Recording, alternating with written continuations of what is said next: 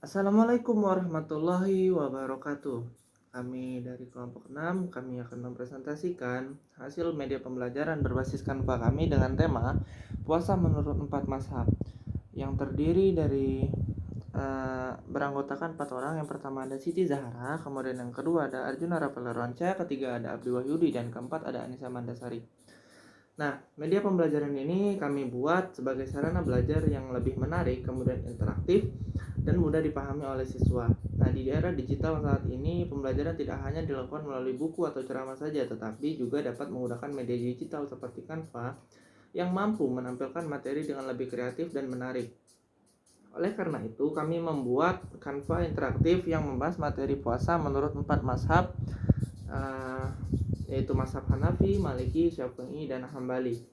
Nah, next ke slide pertama tadi udah menampilkan nama, materi, dan identitas kelompok. Kemudian pada halaman awal terdapat halaman pembuka yang menampilkan judul, materi, kemudian dan anggota kelompok berfungsi sebagai pengenalan. Selain itu, desain yang dibuat semenarik mungkin dengan kombinasi warna, gambar, dan tata letak yang rapi sehingga dapat menarik perhatian siswa dan sejak awal pembelajaran. Nah, selanjutnya terdapat menu utama. Menu utama. Nah, menu utama menjadi pusat navigasi dalam Canva ini karena berisi beberapa bagian penting, yaitu seperti tujuan pembelajaran, kemudian ada petunjuk penggunaan, ada aktivitas siswa, kuis, kemudian menu materinya.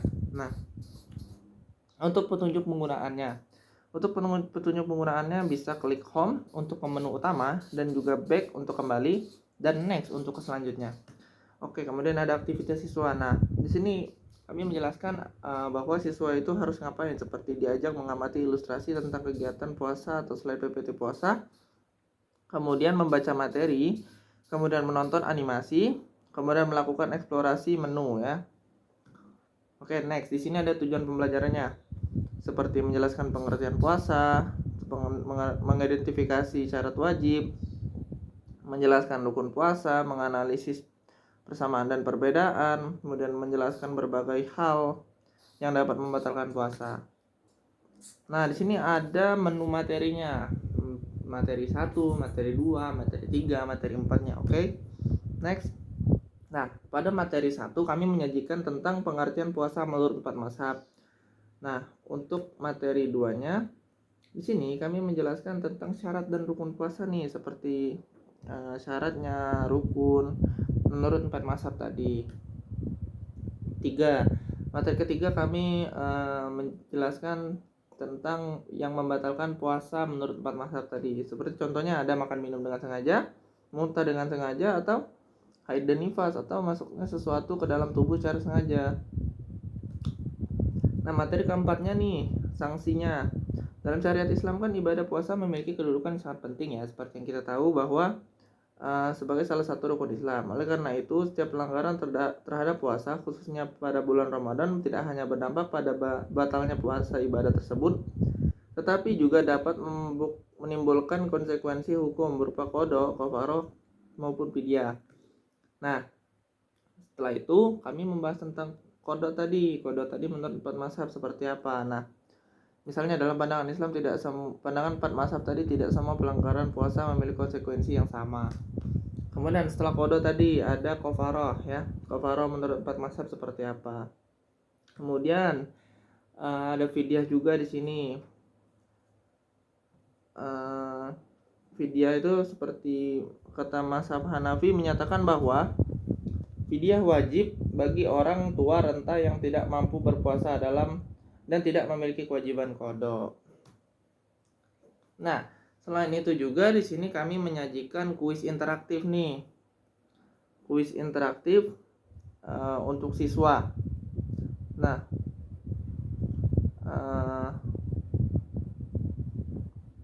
kuis ini dibuat untuk mengukur pemahaman siswa setelah mempelajari materi yang disajikan. Soal-soal yang diberikan pun berkaitan langsung dengan materi puasa menurut 4 mazhab tadi. Adanya kuis membuat proses pembelajaran ini menjadi lebih menarik karena siswa dapat langsung mengetahui tingkat pemahamannya. Selain itu juga terdapat umpan balik ya. Umpan balik berupa halaman jawaban benar dan salah sehingga siswa dapat mengevaluasi hasil pembelajarannya. Baik, setelah itu pembagian dari tugas kelompok kami yang pertama di bagian Siti Zahara bertugas menyusun dan mendesain kanvas sehingga tampil lebih rapi. Kemudian Anissa Mandasari bertugas untuk mencari dan menyusun tujuan pembelajaran dan aktivitas siswa tersebut sehingga pembelajaran terdapat lebih menarik. Kemudian saya sendiri, Arjuna Rafael Rohansyah, bertugas mencari materi, mengumpulkan materi dan menyusun materi mengenai puasa tadi menurut 4 mazhab. Dan terakhir Saudara Abdi Wahyudi bertugas membuat kuis interaktif tadi yang digunakan sebagai evaluasi pemahaman siswa terhadap materi yang dipelajari. Nah, melalui kerjasama tersebut kami dapat menghasilkan media pembelajaran ini yang tidak hanya berisi materi, tetapi juga menyediakan aktivitas, navigasi interaktif, dan kuis yang dapat meningkatkan keterlibatan siswa dalam proses belajar mengajar. Baik, mungkin itu saja presentasi yang dapat kelompok kami sampaikan. Kami mohon maaf apabila ada salah kata atau salah penulisan dalam proses ini. Kepada Allah kami mohon ampun. Terima kasih atas perhatiannya. Wassalamualaikum warahmatullahi wabarakatuh.